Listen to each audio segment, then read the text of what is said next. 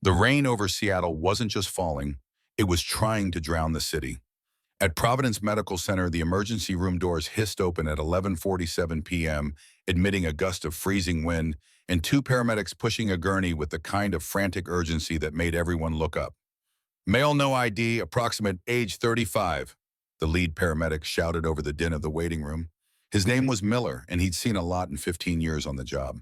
But tonight, the fear in his eyes was different. Found on the shoulder of I-5 multiple GSWs, to the abdomen possible internal hemorrhage. He's combative.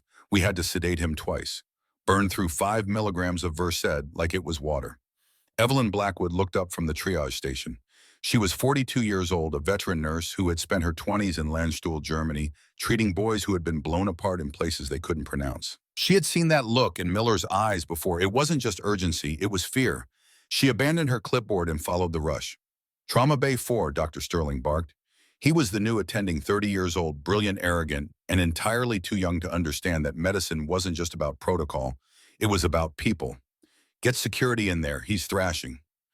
Inside Trauma Bay 4, chaos reigned. The patient was a wall of muscle and scar tissue slick with rain and blood. Despite having lost what looked like 2 pints of blood, he was fighting with a primal, terrified ferocity. His eyes were wide open, pupils blown, darting around the room, scanning for threats, not helpers. "Hold him down," Sterling yelled, trying to get a stethoscope to the man's chest. "Get off me." The voice was a gravelly rasp, sounding like it had been broken by screaming. The man didn't just shove the orderly.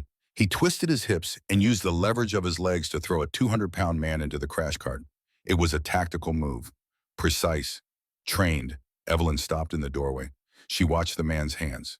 He wasn't flailing. He was reaching for his waistband, checking for a sidearm that wasn't there, then sweeping his left hand toward his chest, looking for a radio. His fingers moved with muscle memory, searching for equipment that had been part of him for so long that his body still expected it to be there.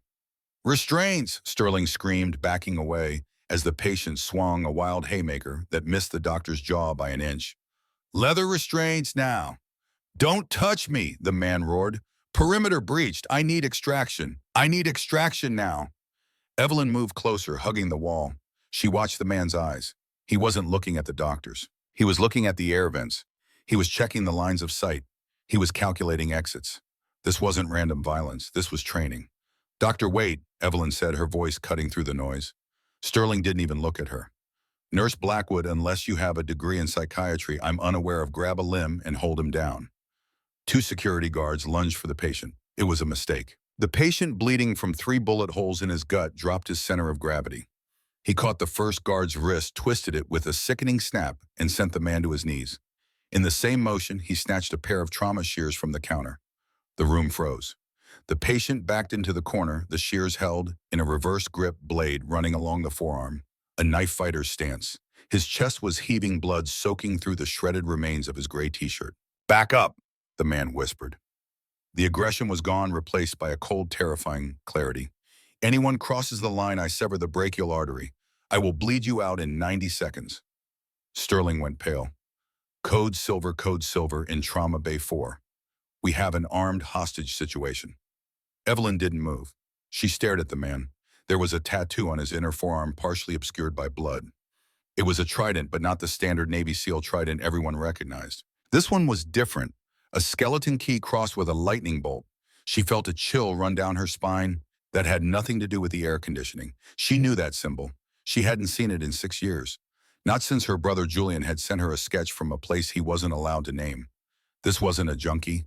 This wasn't a gangster. This was a ghost. The hospital went into lockdown. The blare of the alarm was deafening, flashing lights painting the hallway in strobes of red and white. Police were already en route. The precinct was only 3 blocks away.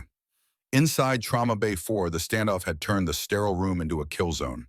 Dr. Sterling and the remaining nurse, a young woman named Chloe, who was shaking uncontrollably, were huddled by the oxygen tanks.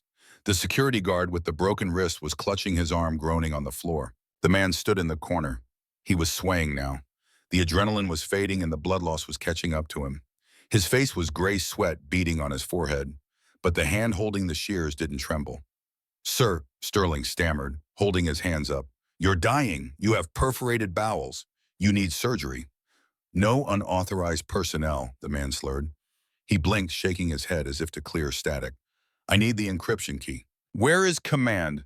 We aren't command, Sterling said, his voice rising in panic. We are doctors. You are in a hospital in Seattle. Seattle is compromised, the man muttered. He looked at the door. Through the small window, he could see the first police officers arriving, unholstering their weapons. His eyes hardened. Hostiles on the perimeter. Evelyn stepped forward. She moved slowly, her hands empty and open. Blackwood, Sterling hissed. Get back. Evelyn ignored him. She stopped 10 feet from the man. She needed to see his face clearly. He had a scar running through his left eyebrow and a jawline that looked like it was carved from granite, but it was his eyes that caught her. Haunted. Blue. Terrified. Hey, she said softly. The man's gaze snapped to her. The shears raised an inch. Stay back. I'll drop you. I know, Evelyn said. She didn't use her nurse voice, that soothing, patronizing tone they taught in school. She used the voice she used when her father, a Marine Sergeant Major, had come home from deployment carrying too much weight on his shoulders. A voice of iron wrapped in velvet. You're trained to do it. You've probably done it 100 times. The man blinked. He seemed confused that she wasn't begging. But you don't want to do it today. Evelyn continued, taking a half step closer. Because if you wanted us dead, we'd be dead. You're waiting for something. The man's breathing hitched. He pressed a hand to his side, dark blood welling between his fingers. Protocol 7 Alpha. Broken arrow. Evelyn's heart stopped. Broken arrow. It was the code for a unit that had been overrun and compromised. It was a call for immediate catastrophic air support on their own position. He thought he was calling down an airstrike on himself to prevent capture. Outside the door, the police were shouting, "Drop the weapon! Come out with your hands up!" "They're coming in," the man whispered. He shifted his grip on the shears. He was preparing to charge the door. If he did, the cops would turn him into Swiss cheese. "They aren't hostiles, Garrett," Evelyn said. The name slipped out. She didn't know if it was his name, but she remembered the letters. Her brother Julian had written about a Garrett, the best shooter he'd ever seen, a man from Montana who could hit a quarter from a mile away. The man froze. His head tilted. "Who told you that name?" "Nobody." Evelyn lied. She took another step. She was 5 feet away now. "But I know you aren't in the sandbox anymore. Look at the floor, soldier. Look at the tiles." He looked down. "White vinyl," she said. "Not sand, not dirt. Look at the lights." He looked up, blinking rapidly. "Fluorescent," she said. "Not the sun." The reality was starting to bleed through the hallucination. He swayed violently, his knees buckling. He caught himself on the counter. "I can't," he gasped. "The comms are down. I can't reach the spotter." "I'm the spotter," Evelyn said. The room went silent. Even Sterling stopped breathing. The man looked at her, searching her face with a desperation that broke her heart. I'm the spotter," she repeated, her voice firm. "And I'm calling the wind. You're drifting left. You need to correct. You need to stand down, Garrett. That's a direct order." He stared at her. The shears trembled in his hand. For a second, she thought it worked. Then the door burst open. "Police, drop it!" 3 officers flooded the room, Glocks drawn. The sudden noise shattered the fragile connection. Garrett roared, the hallucination snapping back into place. He didn't drop the weapon. He lunged at the nearest officer, moving faster than a dying man had any right to move. "No!" Evelyn screamed. She threw herself not at the police but at Garrett. She slammed into his bleeding side, wrapping her arms around his waist. The momentum threw them both to the hard floor. "Don't shoot!" she screamed, shielding his body with hers. "Don't shoot him!" Garrett was thrashing beneath her, winding up for a strike that would likely break her neck. "Whiskey!" Evelyn screamed into his ear. "Whiskey Tango Foxtrot 4-9er." The man froze instantly. His arm raised to strike hung in the air. The police officers were screaming, lasers dancing on Evelyn's back, but she didn't move. She held the man tight, feeling the frantic hammering of his heart against her chest. "Sierra 1, she whispered, tears stinging her eyelids. "This is Sierra 2. Verify signal." The man dropped the shears. His hand came down, not to strike, but to grip her forearm. His grip was weak, fading. "Sierra 2, he wheezed. "Verify, Echo, Victor, India." His eyes rolled back in his head. The fight left him all at once. He went limp in her arms. "Get the crash cart," Evelyn yelled, rolling off him and immediately applying pressure to his wounds. "We're losing him. Don't you dare shoot him. Help me." The chaos that followed was a blur. Doctors and nurses flooded in. The crash cart arrived. Evelyn's hands moved on autopilot, doing what she had done 1,000 times before, keeping someone alive when everything was trying to kill them. Garrett coded twice on the table. Both times, Evelyn brought him back. 4 hours later, the storm was still raging outside, but the hurricane inside Providence Medical Center had moved to the ICU. Garrett was alive. Barely. The surgeons had removed 3 bullets 9mm rounds police issue or close-range tactical. No one knew. He was intubated, sedated, and handcuffed to the bed rails with heavy-duty steel cuffs. 2 armed military police stood outside the glass door, their faces blank, their weapons ready. Evelyn sat in the break room, her hands shaking around a cup of lukewarm coffee. Her scrubs were stained with his blood. She couldn't stop replaying it in her mind. The tattoo, the code words, the way he had responded to her brother's call sign. "You want to tell me what the hell happened in there?" She looked up. Detective Ramirez was leaning against the doorframe. He was a good cop, tired and cynical, but fair. "I de-escalated a patient," Evelyn said. "You shouted a bunch of military code and tackled a man who just broke a security guard's wrist," Ramirez said, pulling out a chair. "And then the Navy shows up 20 minutes later and tells us this guy doesn't exist. They wiped the security footage, Blackwood. Gone. Cloud backups, local servers. Poof." Evelyn gripped her cup tighter. "Who are they?" "Men in suits who don't smile," Ramirez said. "They're transferring him to a military facility as soon as he's stable. Maybe sooner. They tried to take him an hour ago, but your chief surgeon grew a spine and told them moving him now would kill him." Ramirez leaned in. "Evelyn, you called him Garrett, and you yelled out a call sign, Sierra 1. How did you know that?" Evelyn looked away. "I guessed." "Bull," Ramirez said. "You don't guess a combat recognition code. Who is he?" "I don't know," she whispered. And that was the truth. She didn't know him. She knew the ghost of him. "Well, you better figure it out," Ramirez said, standing up. "Because those suits, they aren't here to help him. One of the MPs let it slip. They aren't guarding a hero, Evelyn. They're guarding a traitor. They said he went rogue, killed his own unit. They're waiting for him to wake up so they can interrogate him, not pin a medal on him." Evelyn felt the blood drain from her face. "Killed his own unit. That's impossible." "Is it?" Ramirez shrugged. "War makes monsters." He left her alone in the break room. Evelyn pulled her phone out. Her hands were trembling so badly she could barely type. She opened an old encrypted app she hadn't used in years. It was a digital shoebox where she kept the scans of Julian's letters. Julian Blackwood, her older brother, a spotter for a SEAL team. They never said the number. He had died 6 years ago in a training accident off the coast of Yemen. That was the official story. Training accident, closed casket. No body to bury, just a flag and condolences. She scrolled to the last letter she ever received. It was handwritten, scrawled in haste. "Evie, things are getting weird. We're working with a guy, call sign Phantom, real name Garrett. He's the best, but he sees things. If anything happens to me, if the story doesn't make sense, remember the code I taught you when we were kids. The treehouse password. The treehouse password. Whiskey Tango Foxtrot." And then a line she had ignored for years, thinking it was just a joke. "The Phantom knows where the bodies are buried, literally. If I go dark, find the Phantom." Evelyn stood up. The coffee cup fell into the trash. They were going to interrogate him. They were going to take him to a black site, and he would disappear forever. And whatever he knew about Julian, the truth about the training accident would die with him. She couldn't let him wake up to a room full of suits. She needed to be the first face he saw.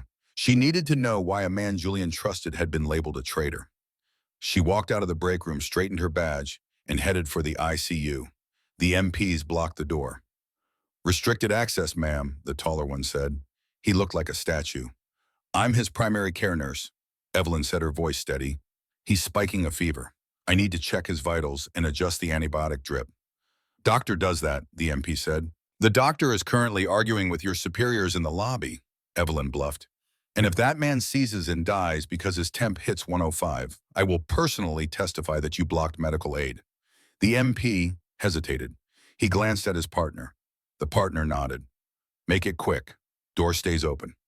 Evelyn walked in. The room was dim, lit only by the monitors. Garrett lay there, a tangle of tubes and wires. He looked younger now that the rage was gone. Vulnerable. She moved to the bedside. She checked the monitor. Heart rate steady, blood pressure low, but stable. She leaned down to his ear. "Garrett," she whispered. No movement. She tried again. "Phantom, this is Sierra 2. His eyelids fluttered. A groan escaped the tube in his throat. His fingers twitched against the restraints. She looked at his hand. The knuckles were bruised violet, and there under the grime she hadn't cleaned off yet, she saw something else. He had been writing on his own skin. It looked like ink smeared and faint. She pulled a pen light from her pocket and shone it on his palm. It wasn't ink. It was a series of numbers and letters scratched into the skin with something sharp, maybe a rock or a piece of glass. 47.19 North 122.33 West. Project Nightfall, Julian. Evelyn gasped, her hand flying to her mouth. She stared at the name carved into the living flesh of his hand. Julian, her brother's name. He hadn't killed Julian. He was carrying Julian's name like a holy relic.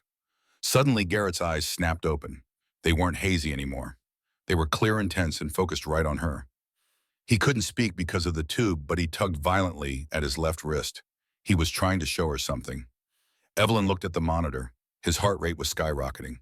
The alarm was about to go off. "Shh, calm down," she whispered. "I see it. I see the name." He shook his head frantically. He jerked his chins toward the IV bag hanging above him. Evelyn looked up. The bag was labeled Saline Antibiotic Mix Standard, but Garrett was staring at it with terror. He mimed, choking. Evelyn looked closer at the IV line. There was a small injection port near the catheter. A tiny, almost invisible puncture mark already was in the plastic of the tubing fresh. Someone had injected something into the line after it was hung. She followed the line back to the pump. The liquid moving through the tube wasn't clear. It had a faint, milky swirl. Potassium chloride. In high doses, it causes cardiac arrest. It looks like a heart attack. Untraceable if you don't look for it. Someone wasn't waiting for the interrogation. They were trying to assassinate him right here in the ICU. The heart monitor began to beep faster. 140, 150.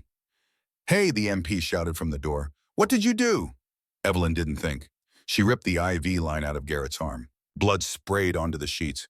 "He's coding," she screamed, spinning around to block the MP's view of the sabotage bag.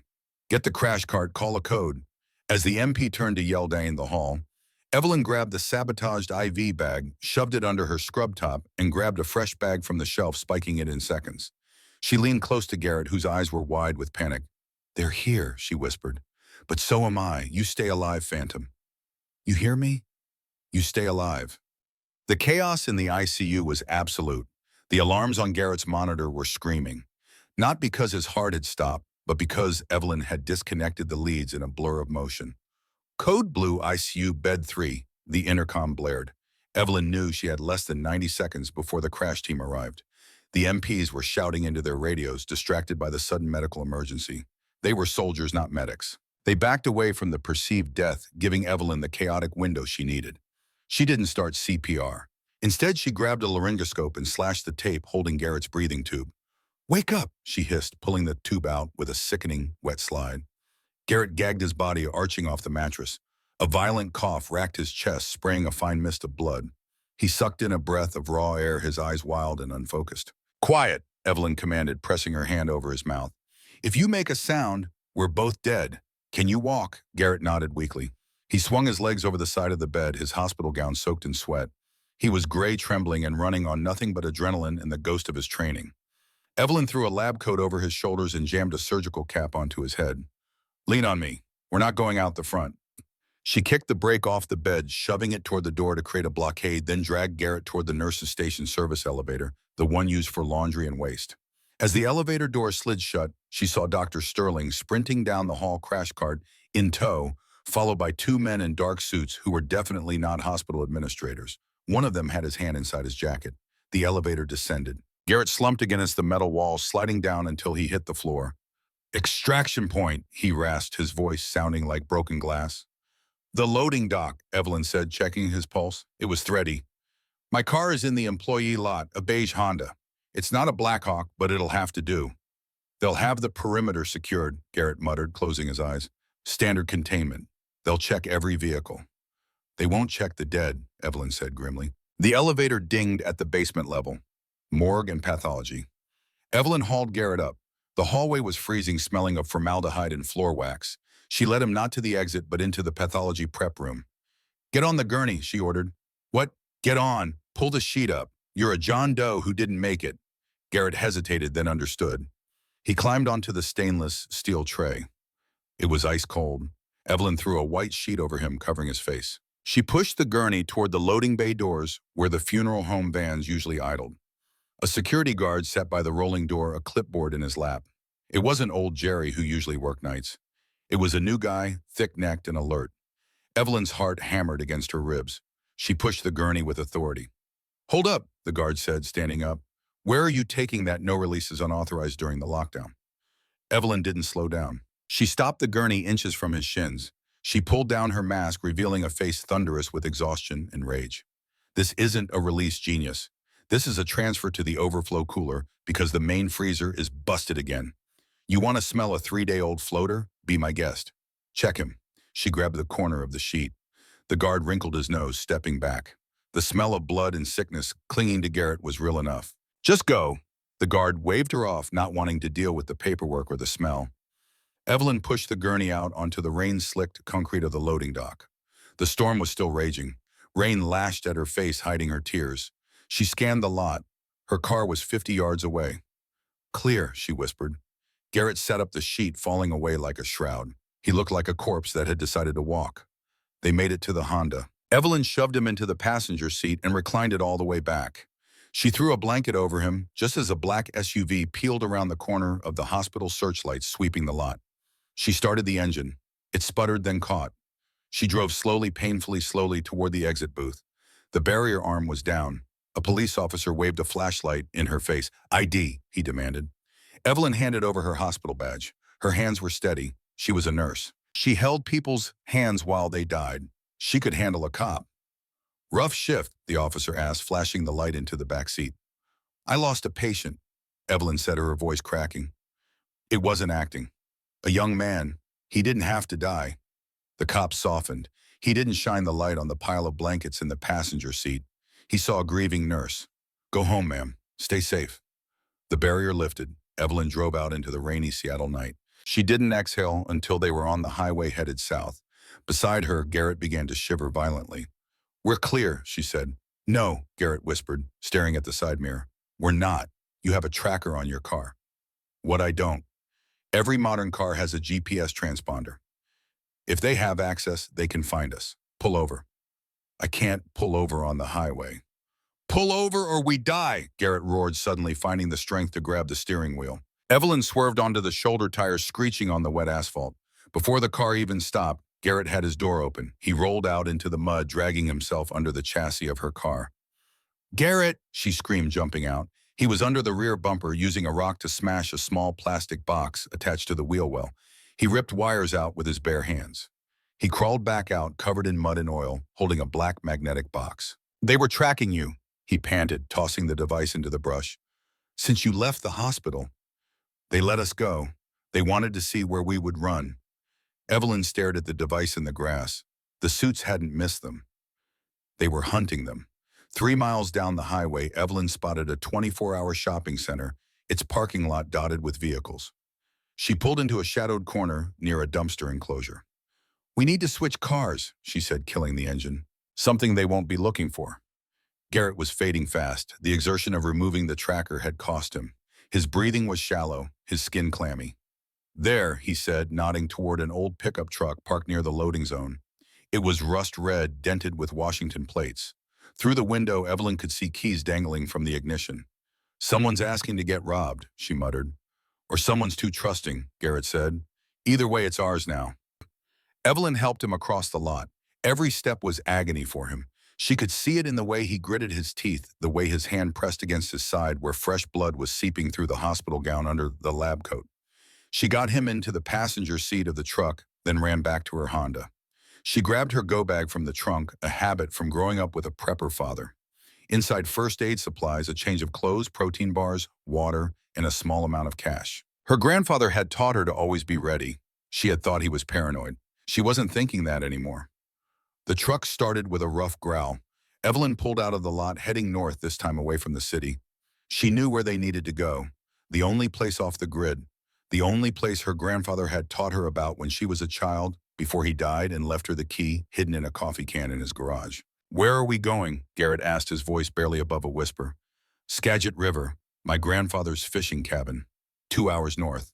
No one knows about it except me." "They'll find us," Garrett said. "Thermal satellites. They'll scan for heat signatures in remote areas." "Not if we're smart about it," Evelyn said. The cabin has a root cellar, stone walls underground. My grandfather was a Cold War vet. He built it to survive a nuclear winter. It'll mask our thermal signature. Garrett looked at her with something like respect. You've been planning this. No, Evelyn said honestly. I've been preparing for something. I just didn't know what. They drove in silence. The rain had lessened to a drizzle. The highway was empty at this hour, just the occasional semi-truck hauling goods through the night. Evelyn kept checking the mirrors, watching for headlights that followed too long for patterns that suggested surveillance. Nothing. But that didn't mean they were safe. Garrett drifted in and out of consciousness. Once he jerked awake, reaching for a weapon that wasn't there, his eyes wild. Evelyn touched his arm. You're safe, she said. You're with me. He stared at her for a long moment, then nodded and closed his eyes again. They reached the cabin just as dawn was breaking. The sky was the color of old bruises, purple and gray. The Skagit River rushed past, swollen with rain. The cabin itself was small, one room with a loft, the wood weathered silver by decades of storms. It looked abandoned, which was the point. Evelyn parked the truck behind the cabin, out of sight from the road. She helped Garrett inside. He collapsed onto the old sofa springs, creaking. I need to examine your wounds, Evelyn said, already opening her go bag. The surgery held, but you've been bleeding. I need to make sure nothing tore loose when you were under the car. Garrett nodded weakly. He was too tired to argue. Evelyn worked with practiced efficiency. She cut away the hospital gown and the blood-soaked bandages underneath. The surgical incisions looked good, no signs of infection yet, but two of the sutures had pulled loose. Fresh blood welled from the gaps. This is going to hurt, she warned. It already hurts, Garrett said. She irrigated the wounds with saline from her kit, then resutured the torn areas. Garrett didn't make a sound, but she could see the cords standing out in his neck, the white-knuckled grip on the sofa cushion. When she was done, she bandaged him with fresh gauze and surgical tape. You need antibiotics, she said. Real ones, not what I have in this kit. We can't risk a pharmacy, Garrett said. They'll be watching for prescriptions in my name. In your name. I know a vet, Evelyn said. From my time in Germany, he runs a clinic about 30 miles from here. He won't ask questions. You sure about that? He's an old friend of my father's. Marine Corps, he knows how to keep his mouth shut. Garrett looked at her. You're good at this.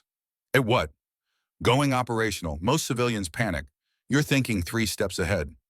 My father raised me to be prepared, and my grandfather made sure I knew how to survive. I just never thought I'd need to use it. She made him drink water mixed with electrolyte powder. Then she gave him crushed charcoal tablets. For the potassium chloride, she explained, it'll help bind any toxins still in your system. Garrett swallowed the mixture, grimacing at the taste. Now, Evelyn said, sitting down across from him, you need to tell me everything, starting with Yemen. Garrett closed his eyes. For a moment, she thought he wouldn't answer. Then he started talking. 6 years ago, he said, Operation Nightfall, we were sent to Yemen, off the books. The target was supposed to be a terrorist cell, a training compound. High-value targets. He paused, his jaw working. But when we got it there, it wasn't a compound. It was a school, a tech school for girls. 12 students ages 8 to 16, 4 teachers, all female. Evelyn felt cold spreading through her chest. The mission briefing was wrong, she asked. No, Garrett said, opening his eyes. The briefing was a lie. Our CO, Captain Wolf, he knew what it was. The real target was one girl, Sophia Laurent, 14 years old, French national. She'd written encryption software that the NSA couldn't crack, code that could lock them out of any system, make their surveillance useless. So they sent you to kill a child, Evelyn said, her voice flat. They sent us to eliminate a threat, Garrett said. Those were the words. Eliminate the threat and all witnesses. Clean slate, no survivors. And Julian refused. Julian was the first to refuse. He was our spotter, our moral compass. When Wolf gave the order to breach, Julian broke radio silence. He said, negative, this is wrong. These are children. Garrett's hands were shaking now. Wolf ordered him to stand down. Julian refused. He put himself between the door and our team. He said, you want to kill kids, you go through me. What did Wolf do? He shot him, Garrett said simply. Double tap to the chest. Center mass. Julian was wearing his vest, so it didn't penetrate, but the impact knocked him down. Broke 3 ribs. Collapsed his lung. Evelyn's vision blurred. She pressed her hands flat against the table. I threw a flashbang, Garrett continued. Grabbed at Julian. We ran. I was going to carry him to the extraction point, get him medical attention, report what happened. But Wolf wasn't done. He sent the team after us. We got separated in the chaos. I took 3 rounds in the back, fell into a ravine. By the time I crawled out, the village was burning. Julian was gone. I assumed he was dead. But he wasn't, Evelyn said. No, Garrett agreed. I found out 3 days ago. I was in a holding cell at Ramstein Air Base in Germany, waiting for transfer back to the States, waiting for a court-martial. They were calling me a deserter, a traitor, said I'd gone rogue and murdered civilians. Who gave you the note?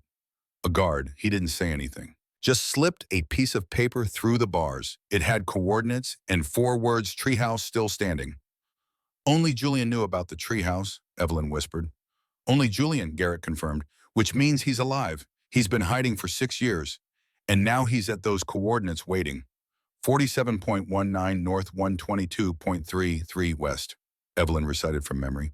Puget Sound Naval Shipyard. Specifically the decommissioned dry docks, Garrett said. It's a graveyard for old warships. Perfect place for a ghost to hide. So we go there, Evelyn said. No, Garrett said, trying to sit up and failing. I go there. You've done enough. You've saved my life twice. You've risked everything. But this is my fight now. It stopped being just your fight the moment I read Julian's letter, Evelyn said. He's my brother, and if he's alive, I'm going to see him. Even if I have to drag your stubborn ass there myself. Garrett almost smiled. You sound like him. Good, Evelyn said. Now rest. You're in no condition to go anywhere until those antibiotics kick in? She stood up to gather supplies for the trip to the vet clinic, but Garrett's hand shot out, catching her wrist. His grip was weak but urgent. Evelyn, he said, you need to understand something. Wolf isn't just some rogue CO, he's a general now. Retired from active duty, but he runs a private military contractor. He has resources, money, political connections, and he's been cleaning up loose ends for 6 years. Anyone who knew about Nightfall is dead. Except me. Except Julian. And now me, Evelyn said. And now you, Garrett agreed. Which means they'll come for you too. Even if you walk away right now. Even if you turn me in. You know too much. Evelyn pulled her wrist free. She walked to the window and looked out at the river. The water was dark and fast churning with debris from upstream. Then I guess I don't have a choice, she said. We finish this. Together. She turned back to him. But first you need to tell me about the girl. Sophia. What happened to her? Garrett's expression softened. Julian saved her. When I was falling into that ravine, I saw him. He had Sophia. He was carrying her toward the tree line. I thought I was hallucinating from the blood loss. But now I know I wasn't. He got her out. He's been protecting her for 6 years. A 14-year-old girl, Evelyn said. She'd be 20 now. If she's still alive, Garrett said quietly. She is, Evelyn said with certainty.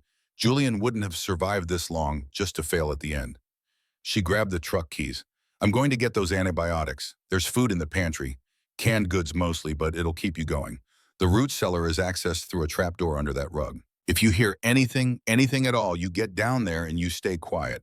Understand? Garrett nodded. Evelyn. Yeah, thank you for believing me, for believing in Julian. Most people would have turned me in. Most people didn't get a letter from beyond the grave telling them to find the phantom, Evelyn said. Get some rest. I'll be back in 2 hours. The vet clinic was exactly where she remembered it.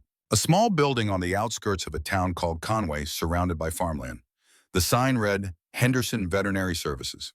Malcolm Henderson was 73 years old, barrel-chested with a white beard and hands scarred from decades of working with animals. He looked up when Evelyn walked in, and his weathered face broke into a smile. Evelyn Blackwood, he said. I'll be damned. How long has it been? 6 years, Evelyn said. Not since Dad's funeral. The smile faded. Your father was a good man, best sergeant major I ever served under. I'm sorry I couldn't make it to the service. You sent flowers, Evelyn said. That was enough. Henderson studied her. You're not here for a social call. No, Evelyn admitted. I need help. Medical supplies. Antibiotics specifically. Broad spectrum. Enough for a week. For an animal, Henderson said carefully. For a friend, Evelyn said. A friend who can't go to a hospital. Henderson was quiet for a long moment. Then he walked to the back room and returned with a black medical bag. Doxycycline, he said, setting out bottles. Amoxicillin, cephalexin, pain medication, saline solution, surgical supplies. Everything's veterinary grade, but the dosages are calculated for a 200-pound male. How did you know? Evelyn asked. Your father taught me how to read people, Henderson said. And you have that look, The one people get when they're protecting someone. Same look your dad had when he came back from Desert Storm with 3 Iraqi kids he'd pulled out of a bombed building. He kept them in his basement for 2 weeks until the State Department processed their asylum paperwork. Evelyn felt tears prick her eyes. I didn't know that story. Your father was full of stories he never told, Henderson said. He pushed the bag toward her. Take it, no charge. And Evelyn, whatever you're mixed up in, be careful. Your father would want you to come home safe. I will, Evelyn promised, though she wasn't sure she believed it. On the drive back to the cabin, her phone buzzed. She pulled over to check it. A text from an unknown number. They know about the cabin. Move now, Jay. Evelyn's blood ran cold. Julian, he was watching, protecting her even now. She gunned the engine and raced back toward the river. She found Garrett exactly where she'd left him, though he'd managed to move to the window watching the approach road. We have to go, she said, bursting through the door. Julian says they know about this place. How does Julian know? Garrett asked. I don't know and I don't care. We're leaving. Can you walk? I can do whatever I have to do, Garrett said, pushing himself upright. Evelyn gave him a dose of the antibiotics and pain medication, then helped him to the truck. They were pulling away from the cabin when she saw the dust cloud on the access road. Vehicles moving fast. Hold on, she said and floored it. They made it to the main highway just as the first black SUV turned onto the cabin road behind them. Evelyn merged into traffic, forcing herself to maintain a normal speed. In her mirror, she watched the SUV slow, uncertain which direction they'd gone. Beside her, Garrett had his eyes closed, but his breathing was steadier. The medication was working. Where are we going? He asked. Plan B, Evelyn said. My neighbor from the cabin, Henderson. The vet. He's away for the winter. Florida. He told me once that if I ever needed a place to lay low, I could use his property. He has a bunker. A real one, Cold War era. And he's a gun collector. How far? 30 minutes. Can you hold on that long? I can hold on, Garrett said. Henderson's property was 15 acres of dense forest. The main house was locked, but Evelyn knew where he kept the spare key. Under a fake rock by the shed. Inside, everything was neat and orderly. Henderson was a meticulous man. The bunker entrance was hidden in the floor of the garage, concealed under a workbench. Evelyn found the latch and pulled. A section of concrete floor lifted on hydraulic hinges, revealing a ladder descending into darkness. Are you serious? Garrett asked. Vietnam vets don't mess around, Evelyn said. The bunker was surprisingly comfortable. 2 rooms. One was storage lined with shelves of canned food, water, medical supplies. The other was living space with cots, a small generator, and most importantly, a gun safe. Evelyn knew the combination. Henderson had given it to her father years ago, and her father had passed it on to her. In case of emergencies, he'd said. This qualified. Inside the safe was an arsenal. AR-15 rifles, Glock handguns, a Remington shotgun, boxes of ammunition, tactical vests, night vision goggles. Your neighbor is prepared, Garrett observed. He saw what happened after Vietnam, Evelyn said. How the government abandoned the soldiers. He swore he'd never be helpless again. She handed Garrett a Glock 19 and a tactical vest. Then she took a Sig Sauer P226 for herself. Do you know how to use that? Garrett asked. My father taught me to shoot when I was 12, Evelyn said, checking the chamber with practiced ease. He said a woman should never have to depend on someone else to protect her. Garrett watched her with something like admiration. Your family is full of surprises. You have no idea, Evelyn said. They spent the next few hours planning. Garrett spread a map on the table. The Puget Sound Naval Shipyard was massive, covering over 100 acres. The dry docks were in the northeast corner, a section that had been decommissioned years ago. Security will be heavy, Garrett said. Even for a decommissioned area, we're talking fences, cameras, regular patrols. So we don't sneak in, Evelyn said. We drive in broad daylight, with authorization. What authorization? Evelyn pulled out her phone and dialed a number she'd found in Julian's old correspondence. It rang 4 times before someone answered. Colonel Pierce, a gruff voice said. Colonel, my name is Evelyn Blackwood. My brother was Julian Blackwood's SEAL team. I know who your brother was, Pierce interrupted. What do you want? I need to know if you're part of the cover-up, Evelyn said bluntly, or if you're one of the good ones. Silence on the line. Then where are you? Somewhere safe with Garrett Thorne. Jesus Christ, Pierce breathed. Thorne is alive. We thought Wolf got to him in Germany. Wolf tried, Evelyn said. I got him out. Colonel, I need to know the truth about Operation Nightfall. Not over the phone, Pierce said. Meet me. There's a diner outside Bremerton, the Lighthouse Cafe. 2 hours. Come alone. Not a chance, Evelyn said. Garrett comes with me. Then you're both targets, Pierce said. Wolf has eyes everywhere. We're already targets, Evelyn said. 2 hours, Colonel. She hung up. Garrett was staring at her. You just called a colonel and told him where we'd be. He's Julian's CO, Evelyn said. If we can't trust him, we can't trust anyone. And if it's a trap, then we spring it, Evelyn said. But we do it armed and ready. 2 hours later, they walked into the Lighthouse Cafe. Colonel Nathaniel Pierce was sitting in a back booth nursing a cup of coffee. He was 58, gray-haired, with the ramrod posture of a career officer. When he saw them, he stood. Ms. Blackwood, Chief Petty Officer Thorne. Just Garrett now, Garrett said. I'm retired, involuntarily. Sit, Pierce said. We don't have much time. They sat. Evelyn noticed Pierce had positioned himself with a clear view of the exits. Old habits. I'm going to be direct, Pierce said. Operation Nightfall was a black op authorized at the highest levels. The objective was to eliminate a security threat to national intelligence infrastructure. That threat was Sophia Laurent and her encryption algorithm. A 14-year-old girl, Evelyn said. A genius who created code that could cripple our intelligence apparatus, Pierce countered. The decision came from above my pay grade. You're justifying it, Garrett said, his voice dangerous. I'm explaining it, Pierce said. I'm not saying it was right. Your brother Julian knew it was wrong. He tried to stop it. And for that, Wolf tried to kill him. Tried. Evelyn leaned forward. You know he's alive. Pierce pulled a photo from his jacket and slid it across the table. It showed a man in civilian clothes, face partially obscured by a baseball cap, walking through a market somewhere in the Middle East. Beside him was a young woman with dark hair. That was taken 4 months ago, Pierce said. Beirut, we've had sporadic sightings, always moving, always one step ahead. Sophia, Evelyn whispered, looking at the girl in the photo. We believe so, Pierce said.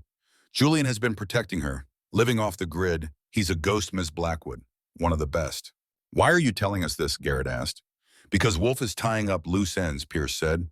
3 members of your team have died in the last year. Training accidents, car crashes, 1 suicide, all suspicious, all covered up. You're next on his list, Thorne. And now so is Ms. Blackwood. What about the girl, Evelyn asked. What happens to Sophia if we expose Wolf? Pierce was quiet for a moment. Officially, she doesn't exist. We have no record of a Sophia Laurent, which means she can disappear into witness protection. Start over. If we can bring down Wolf and everyone involved, she'd be safe. And Julian? Onion, Evelyn asked. Julian is classified, Pierce said carefully. If he were alive, which I can neither confirm nor deny, he would be considered a valuable asset. Someone with his skills, his knowledge of how corruption operates at the highest levels. There would be a place for him, a different kind of service. You want to recruit him, Garrett said. I want to offer him a choice, Pierce said. Death as a deserter or life as an operator for a unit that answers only to presidential authority. A unit that goes after threats inside our own government. And me, Garrett asked. What's my choice? You help us take down Wolf, Pierce said. You testify about what really happened in Yemen. In exchange, your record is cleared. Full benefits, medical care, a chance to rebuild your life. What's the catch, Evelyn asked. The catch is that Wolf has powerful friends, Pierce said. This isn't just about one general, it's a network. Defense contractors, congressional aides, maybe even senators. When we pull this thread, the whole thing unravels. People will die. Good people. Maybe you. We're already dead if we don't try, Garrett said. Pierce nodded. I was hoping you'd say that. He pulled an envelope from his jacket. Coordinates to a safe house. Military police will be there. Real ones, not Wolf's people. You'll be protected while we build the case. Evelyn took the envelope but didn't open it. How do we know you're not part of the network? You don't, Pierce said honestly. You have to trust me, same way I'm trusting you not to disappear into the wind. Julian trusted you, Garrett asked. Julian saved my life in Fallujah, Pierce said. I owe him everything. So yes, he trusted me. And if he were here, he'd tell you to trust me too. Evelyn and Garrett exchanged a look. Some communication passed between them, unspoken but understood. We'll go to the safe house, Evelyn said. But on one condition. Name it. You help us find Julian first, Evelyn said, before Wolf does. Pierce was quiet for a long moment. Then he reached into his pocket and pulled out a phone. He dialed a number and waited. It's me, he said when someone answered. Execute Protocol Sierra. Authorization Blackwood. He hung up and looked at Evelyn. That was a signal. If Julian is monitoring our channels, and I suspect he is, he'll know you're safe. He'll make contact when he's ready. And if he doesn't, Evelyn asked, then we proceed without him, Pierce said. But something tells me your brother won't be able to stay away, not when family is involved. They left the diner separately. Pierce went first, then Garrett and Evelyn 5 minutes later. As they walked to Henderson's truck, Evelyn felt eyes on her. She scanned the parking lot but saw nothing suspicious. We're being watched, Garrett said quietly. I know, Evelyn replied. They drove in silence for several miles. Then Evelyn's phone buzzed. A text from an unknown number. Highway 3 North, mile marker 47. Pull over, flashlights 3 times. Come alone. Jay. Evelyn showed Garrett the phone. It's a trap, he said. It's my brother, she replied. Could be Wolf using Julian's phone. Could be, Evelyn agreed, but it's a risk I have to take. She pulled onto Highway 3 and headed north. Mile marker 47 was in the middle of nowhere surrounded by dense forest. She pulled onto the shoulder and flashed her lights 3 times. For a moment, nothing happened. Then a figure emerged from the tree line, tall, moving with the controlled precision of someone who'd spent years in combat zones. He wore dark clothing and a baseball cap pulled low. Evelyn's breath caught in her throat. Julian. She was out of the truck before Garrett could stop her. She ran toward her brother, and he met her halfway, catching her in an embrace that nearly knocked them both over. Evie, he whispered, his voice choked. God, Evie, I thought I'd never see you again. She couldn't speak, couldn't breathe. She just held him, this brother, who'd been dead for 6 years, who was now solid and real and alive in her arms. When they finally pulled apart, she saw his face clearly for the first time. He was harder than she remembered, leaner, scars she didn't recognize. But his eyes were the same, still kind, despite everything. You look good, Julian said, touching her face. Older, but good. You look like hell, Evelyn said, laughing through her tears. 6 years on the run will do that, Julian said. He looked past her to where Garrett was standing by the truck. Phantom, you stubborn son of a bitch. I told you to stay in Germany. You sent me coordinates carved in my hand, Garrett said, walking over. What did you expect? Julian gripped Garrett's shoulder. I expected you to use your brain for once. Coming back here put a target on your back. Already had one, Garrett said. Evie saved my life, twice. Julian looked at his sister with new respect. Dad would be proud. Don't, Evelyn said. Don't do that. You've been alive for 6 years and you never contacted me. Never let me know. I mourned you, Julian. I buried an empty casket. I know, Julian said, and the pain in his voice was real. I'm sorry, but I couldn't risk it. If Wolf knew I was alive, he'd use you to get to me. The only way to keep you safe was to stay dead. And now, Evelyn asked. Now you're already in danger, Julian said. The moment you helped Garrett, you became a target, so the rules changed. A second figure emerged from the forest, smaller, female. She moved with confidence, carrying a laptop bag. This is Sophia, Julian said. Sophia, meet my sister Evelyn. Sophia Laurent was 20 years old, but her eyes were much older. She extended her hand. Your brother saved my life. Thank you for saving his. I didn't save him, Evelyn said, shaking the offered hand. He saved himself, and me. We don't have much time, Julian said.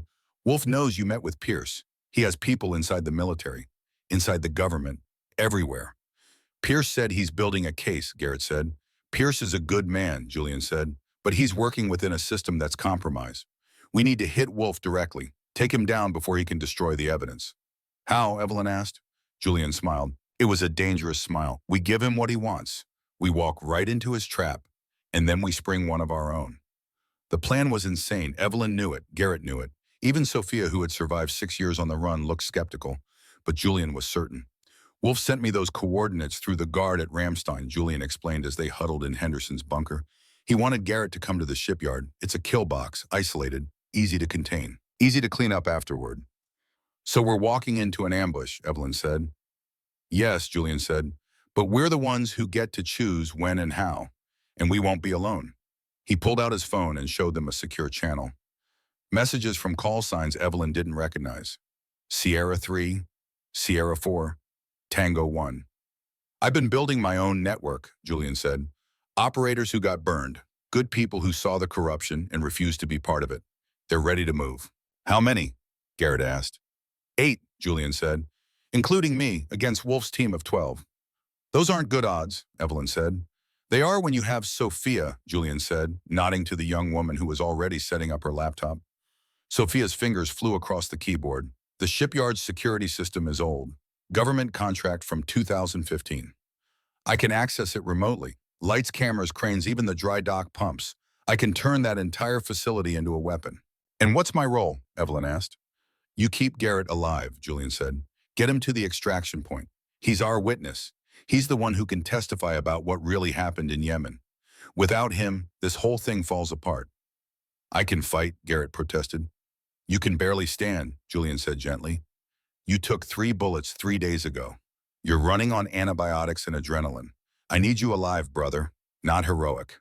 Garrett wanted to argue, but he knew Julian was right. He looked at Evelyn instead. You sure about this? No, Evelyn said honestly, but I'm doing it anyway. They spent the rest of the day preparing. Sophia hacked into the shipyard systems, mapping every camera, every light, every security checkpoint. Julian coordinated with his team via encrypted messages. Garrett cleaned and checked weapons, moving slowly but methodically. Evelyn watched her brother work. He was different now. Harder, more focused. The easygoing big brother who used to tease her about boys and help her with homework was gone, replaced by someone who'd spent 6 years looking over his shoulder, trusting no one. You okay? She asked him during a quiet moment. No, Julian said. But I will be, after this is done, after Wolf is finished. What then? Evelyn asked. Pierce offered you a job, some kind of black ops unit. I know, Julian said. I've been thinking about it. Part of me wants to disappear. Take Sophia somewhere safe. Live a normal life. And the other part, Julian looked at her, the other part knows there are more kids like Sophia out there. More operations like Nightfall. More wolves. If I walk away, who stops them? That's not your responsibility, Evelyn said.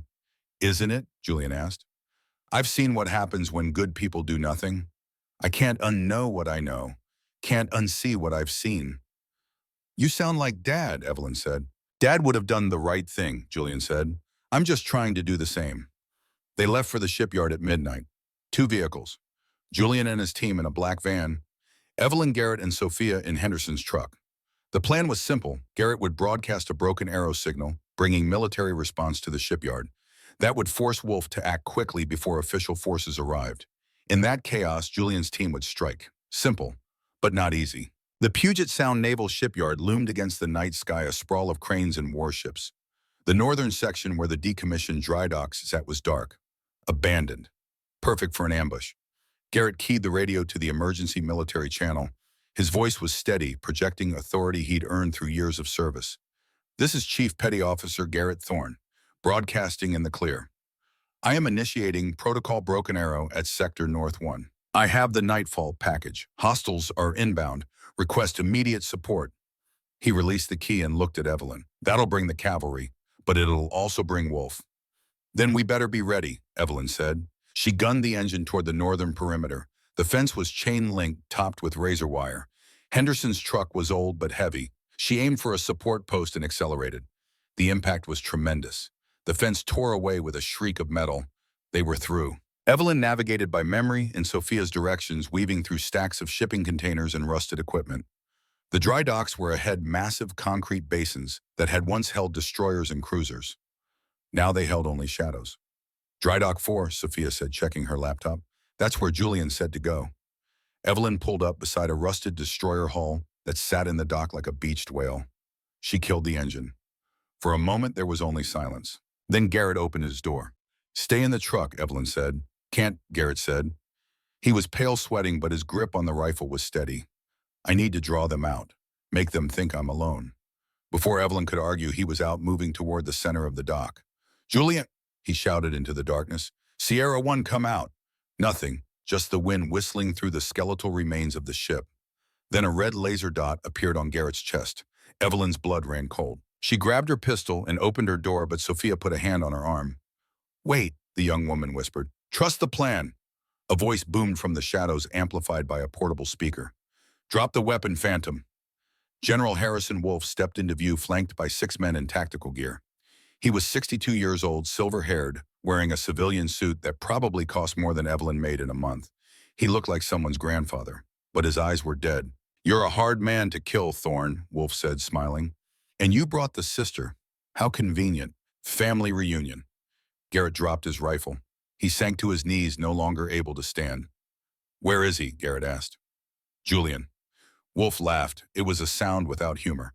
Oh, Thorne, you really are brain damaged from that fall. Julian didn't send you those coordinates. He pulled out a phone. I did. Evelyn felt the world tilt. It was a trap. It had been a trap from the beginning. There is no Julian, Wolf said, walking closer. He died in Yemen just like the report said. Bled out in a ravine while you were unconscious. I needed you to come out of hiding. Needed you to bring me the evidence you stole. And look, here you are. He pointed his pistol at Garrett's head. Goodbye, soldier. Click. The sound of a hammer striking a firing pin, but no bang. Wolf frowned at his weapon. Crack a gunshot rang out, but not from Wolf. From above. From the bridge of the destroyer. Wolf's gun flew from his hand, shattered by a sniper round. I wouldn't do that, General. A voice echoed over loudspeakers. A voice Evelyn hadn't heard in 6 years. A voice she'd thought she'd never hear again. Julian. On the deck of the destroyer, a silhouette appeared holding a long rifle. Beside him was Sophia's distinctive outline. No, beside him was someone else. Sophia was still in the truck with Evelyn. Evelyn looked at the young woman next to her. Sophia smiled slightly. Body double, she explained. Mannequin with a wing, Julian's idea. He wanted Wolf to think I was up there with him. Phantom, get clear, Julian's voice boomed. Rain is coming. And then the shipyard exploded into chaos. Sophia's fingers flew across her laptop. Every halogen floodlight in the facility exploded simultaneously, showering sparks and plunging the entire area into pitch darkness. Wolf screamed orders. Night vision killed them all. But his team was already in disarray. A massive crane controlled remotely by Sophia swung its hook in a wide arc. It slammed into a stack of shipping containers, toppling them like dominoes directly onto 3 of Wolf's men. Evelyn grabbed Garrett's collar and dragged him behind the truck as automatic weapons fire tore through the air. Rounds punched through metal, shattered glass.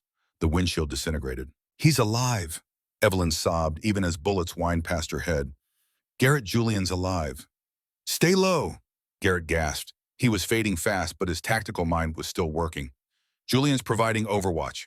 We need to create distance from Wolf's team. From the darkness, Julian's sniper rifle spoke. Bang, a mercenary dropped.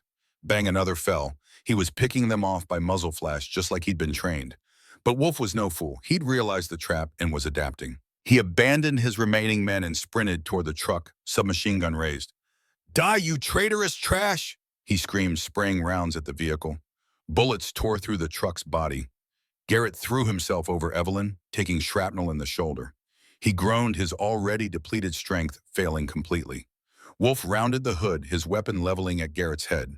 His face was twisted with rage and madness. Game over, Phantom. He squeezed the trigger. Click. Stovepipe malfunction. The gun jammed. For one frozen second, everyone stopped. Then Evelyn moved. She couldn't get her pistol up in time. The angle was wrong, but her hand found something else in her jacket pocket. The flare gun from Henderson's boat emergency kit. She'd grabbed it on impulse when they'd armed themselves. She shoved the barrel through the gap between the truck door and frame aimed at Wolf's center mass and pulled the trigger. The magnesium flare hit Wolf in the chest. His tactical vest prevented penetration, but the flare ignited instantly, burning at 3,000 degrees. Wolf shrieked, dropping his weapon and clawing at his chest.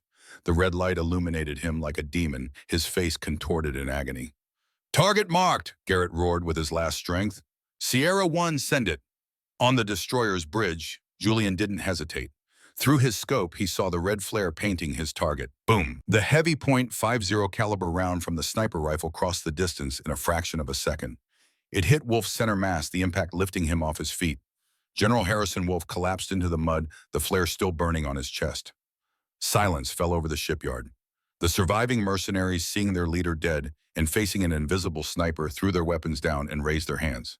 Cease fire, Julian's voice commanded over the speakers. Secure the area. Figures emerged from the shadows. Julian's team. 8 operators in dark clothing, moving with practiced efficiency to restrain the surrendering mercenaries. Evelyn knelt beside Garrett, pressing her hands to his neck. Pulse. Weak, but there. Garrett, stay with me, she pleaded. A rope ladder uncoiled from the destroyer's deck. Julian slid down with the practiced ease of someone who'd done it 1,000 times.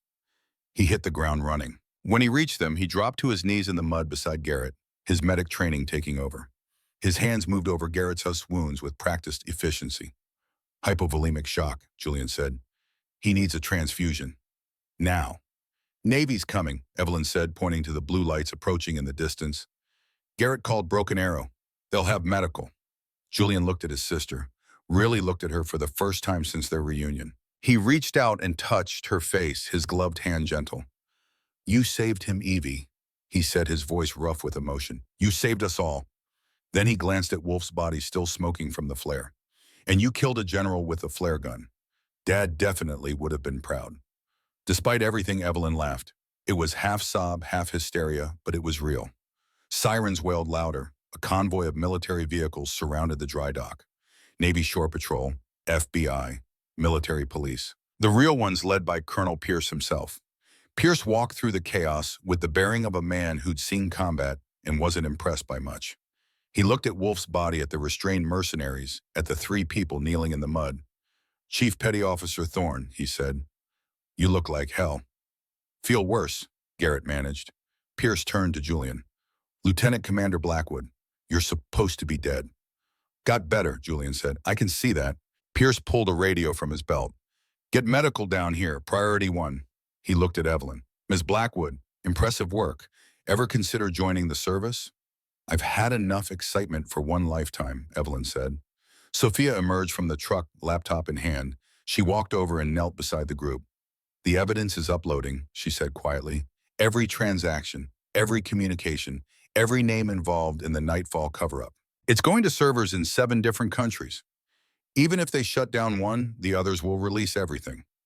Smart girl, Pierce said. You're Sophia Laurent. I am, Sophia said, meeting his eyes without flinching. Are you going to arrest me? For what? Pierce asked. According to our records, you died in Yemen 6 years ago. If a dead girl wants to start over with a new identity and maybe enroll at MIT, who am I to argue? Sophia's shoulders relaxed. Thank you. Darn DMTs arrived with a stretcher. They loaded Garrett onto it, starting an IV checking vitals, calling out numbers that meant nothing to Evelyn, but everything to the professionals. As they carried him toward the ambulance, Garrett's hand shot out, catching Evelyn's wrist. The letter, he said, Julian's letter, in my boot. Give it to her. Evelyn found the folded paper tucked into Garrett's boot. She opened it. Julian's handwriting slightly smudged. Sierra 2 is the bravest operator I know. Tell Phantom he still owes me a beer. See you in the treehouse. Sierra 1. Evelyn showed it to Julian. He read it and smiled. I do owe him a beer, he said. Several, actually. Pierce cleared his throat. Lieutenant Commander, we need to talk. About your future, about the unit I mentioned. Julian stood, helping Evelyn to her feet. I know, and I'm interested, but I need some conditions. Name them. Sophia gets full protection, new identity, education, everything she needs to disappear into a normal life. Done, Pierce said. Garrett gets full medical care, his record cleared, benefits restored. Already in the works, Pierce said. And my sister, Julian said, putting his arm around Evelyn. She walks away clean. No questions, no investigations, no repercussions. Pierce looked at Evelyn. Mrs. Blackwood, you helped a fugitive escape custody, stole hospital property, evaded federal authorities, and killed a retired general. Evelyn's heart sank. You also saved the life of a key witness, exposed a massive corruption network, and helped bring down one of the most dangerous men in the military-industrial complex. Pierce continued. I'd say those balance out. As far as I'm concerned, you were never here. Evelyn exhaled. Thank you. Don't thank me, Pierce said. Just don't make me regret this. 3 weeks later, Evelyn stood on the terrace of the Veterans Rehabilitation Center in San Diego, 2 coffees on the table in front of her. The sun was warm, the ocean breeze pleasant. It felt surreal after everything that had happened. The door opened and Garrett walked out. He moved with a cane, slow and careful, but he was walking. He was alive. They tell me I'm retired, Garrett said, sitting down across from her. Honorable discharge, full benefits. A medical pension that's actually enough to live on. How are you feeling? Evelyn asked. Like I got shot 3 times and then went on a cross-country chase while bleeding internally, Garrett said. So pretty good, all things considered. Evelyn smiled. What are you going to do now? Garrett was quiet for a moment, looking out at the ocean. I've been thinking about that. For years, I only knew how to be one thing, a soldier, a weapon. But that's over now. I need to figure out who I am when I'm not at war. Any ideas? Actually, yes, Garrett said. He reached into his pocket and pulled out a brochure. There's a program, Combat Medic Training, for civilians and first responders, teaching them how to handle trauma situations, PTSD episodes, crisis intervention. Evelyn took the brochure.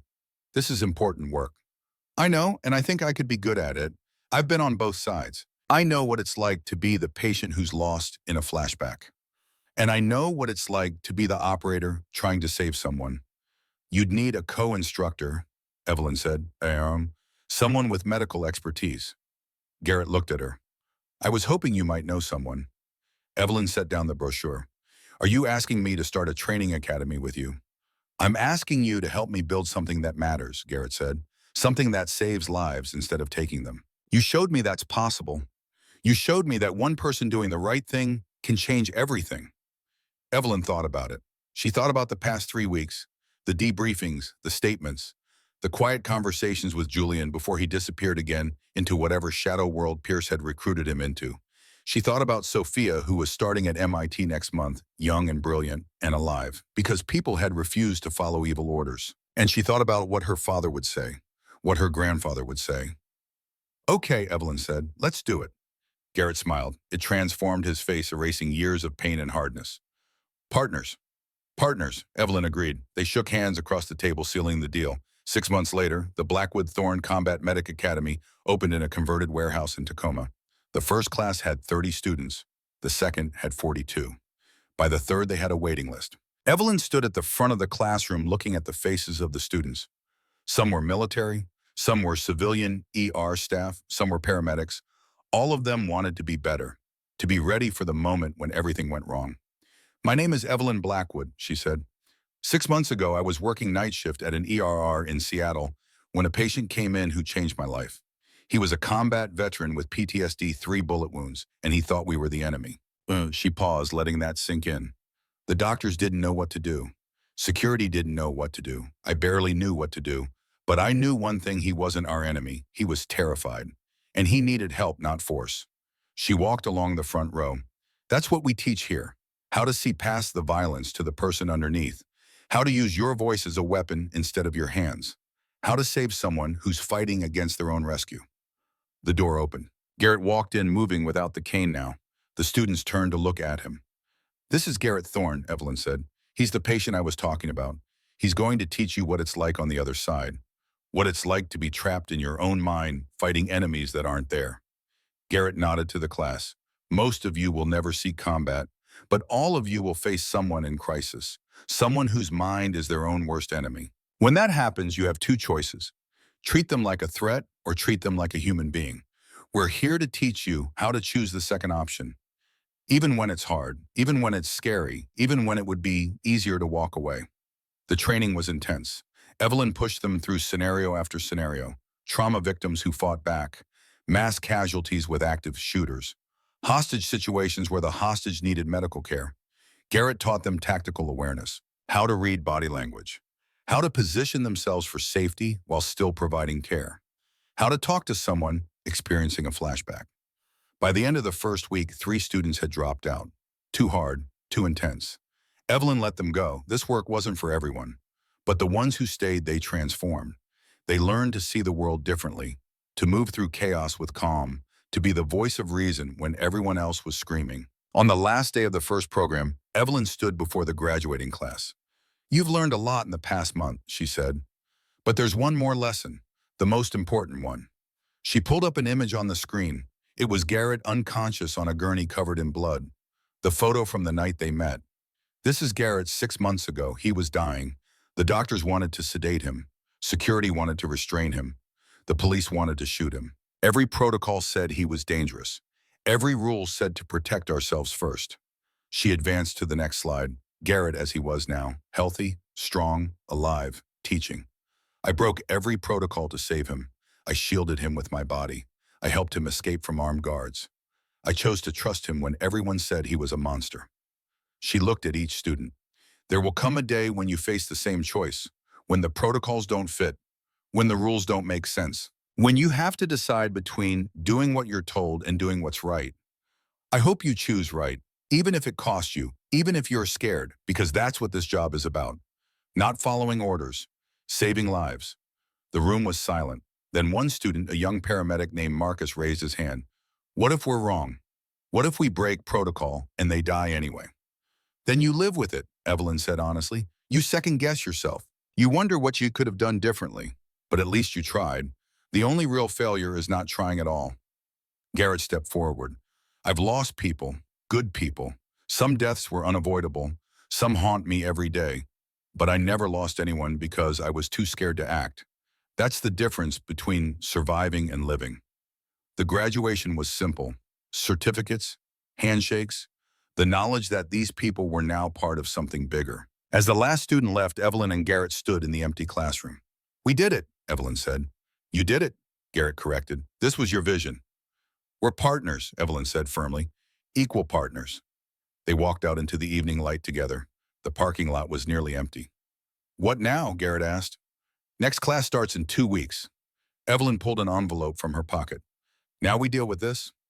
Inside was a single handwritten note. Sierra 2 is the bravest operator I know. Tell Phantom he still owes me a beer. See you in the treehouse. Joe. Garrett stared at the note. When did this arrive? This morning, taped to my windshield. He's been watching. Always has been, Evelyn said. That's what family does. They stood in the parking lot as the sun set, painting the sky in shades of orange and gold. Two people who had survived the impossible. Two warriors who had chosen to build instead of destroy. You know what I think, Garrett said. What? I think Julian knew exactly what he was doing when he sent you to find me. He knew you were the only person who could save me. And he knew that saving me would save you too. Evelyn considered that. Think it was all part of some master plan? No, Garrett said. I think it was a desperate gamble by someone who loved his sister enough to trust her with his best friend's life. And somehow it worked. 3 months after the first graduation, on a quiet Tuesday morning, a young woman walked into the academy. She had blonde hair, intelligent eyes, and a laptop bag slung over her shoulder. Ms. Blackwood, she said, can I talk to you? Evelyn looked up from her desk. Recognition hit her like a physical blow. Sophia, the girl smiled. Actually, it's Sophie Martin now. At least that's what my passport says. How are you? Evelyn asked, standing to embrace her. Good, Sophia said. Really good. MIT is challenging, but good. I'm graduating next spring, double major in computer science and cryptography. Your brother said you were brilliant. He's biased, Sophia said, but she was smiling. Ms. Blackwood, I came here to ask you something. Anything. I graduate in 8 months. I have job offers from every tech company you can name. Google, Apple, Microsoft. They all want my encryption algorithms. That's wonderful, Evelyn said. But I don't want to work for them, Sophia said. I want to work for you. Evelyn sat down slowly. For me, the academy needs better technology, better simulation software, better training tools. I can build them. I can make this place 10 times more effective. Sophia's eyes were intense. Your brother saved my life. You and Garrett protected me when the whole world wanted me dead. Let me give back. Let me help you save others. Evelyn felt tears threatening. Sophia, you don't owe us anything. I know, Sophia said, but I want to do this anyway because you taught me something important. What's that? That the best way to honor the people who died protecting you is to protect others, to build something good from something terrible, to refuse to let evil win. Evelyn pulled the young woman into a hug. Sophia was stiff at first, then relaxed, returning the embrace. When can you start? Evelyn asked. Next semester, Sophia said. After finals. Then welcome to the team. As Sophia left, Garrett appeared in the doorway. That was Sophia Laurent. It was. She's braver than most operators I know, voluntarily stepping back into this world. She's a survivor, Evelyn said. Like us. That evening, Evelyn's phone buzzed. A text from an unknown number. Heard Sophia joined the team. Good choice. She'll do great things. Proud of you both. Still working. Still fighting. Can't say where or when we'll meet again. But I'm always watching. Love you, little sister. J. Evelyn typed a reply. Love you too. Stay safe. The treehouse is always open. She sent it knowing it might never be delivered, knowing Julian couldn't risk responding, knowing it didn't matter because he would know. He always knew. 6 years after that night in the shipyard, the Blackwood Thorn Combat Medic Academy had trained over 400 medics across 12 cohorts. The warehouse had been expanded twice. They'd hired 6 additional instructors, all combat veterans with medical training. Evelyn stood in her office looking at the wall of photos. Graduates who had gone on to save lives using the skills they learned here.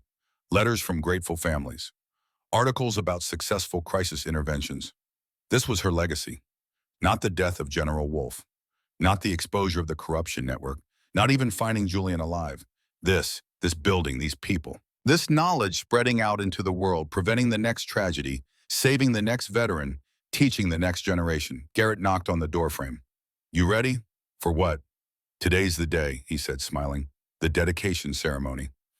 Evelyn had forgotten. They walked together to the front of the building where a crowd had gathered. Current students, graduates, local officials. Colonel Pierce, now a general, had even made the trip. A cloth covered something on the wall beside the entrance. Sophia stood next to it, holding the pull cord. Ladies and gentlemen, Sophia said, her voice clear and strong, 6 years ago, 3 people made a choice. They chose to fight for what was right, even when it cost them everything. They chose to build instead of destroy. They chose hope over despair. She pulled the cord. The cloth fell away, revealing a bronze plaque. It read, Blackwood Thorn Combat Medic Academy, where courage meets compassion. Founded 2025. In honor of those who taught us that the bravest warriors are those who refuse to stop caring. Below the text was a symbol, small but unmistakable, a skeleton key crossed with a lightning bolt. The mark of the ghosts who had made this possible. Evelyn reached out and touched the symbol. It was warm from the sun, or maybe from something else. Garrett stood beside her, Sophia on her other side. 3 survivors, 3 people who had refused to let darkness win. The crowd applauded, photos were taken, speeches were made, but Evelyn barely heard any of it. She was thinking about Julian, somewhere out there still fighting, still protecting those who couldn't protect themselves, still operating in the shadows so others could live in the light. She hoped he was happy. She hoped he was safe. She hoped he knew how much this all mattered. As the crowd dispersed and the sun began to set, Evelyn noticed a figure standing at the edge of the parking lot. Tall, wearing a baseball cap pulled low. He was too far away to see clearly, but something about his posture was familiar. He raised one hand, a simple wave. Then he turned and walked away, disappearing into the evening shadows. Evelyn smiled. Julian, always watching, always protecting, always there even when he couldn't be seen. She turned back to the academy, to Garrett and Sophia and the students and the future they were building together. This was what survival looked like. Not just staying alive, but choosing to live, choosing to build, choosing to matter. And Evelyn Blackwood's story was just beginning.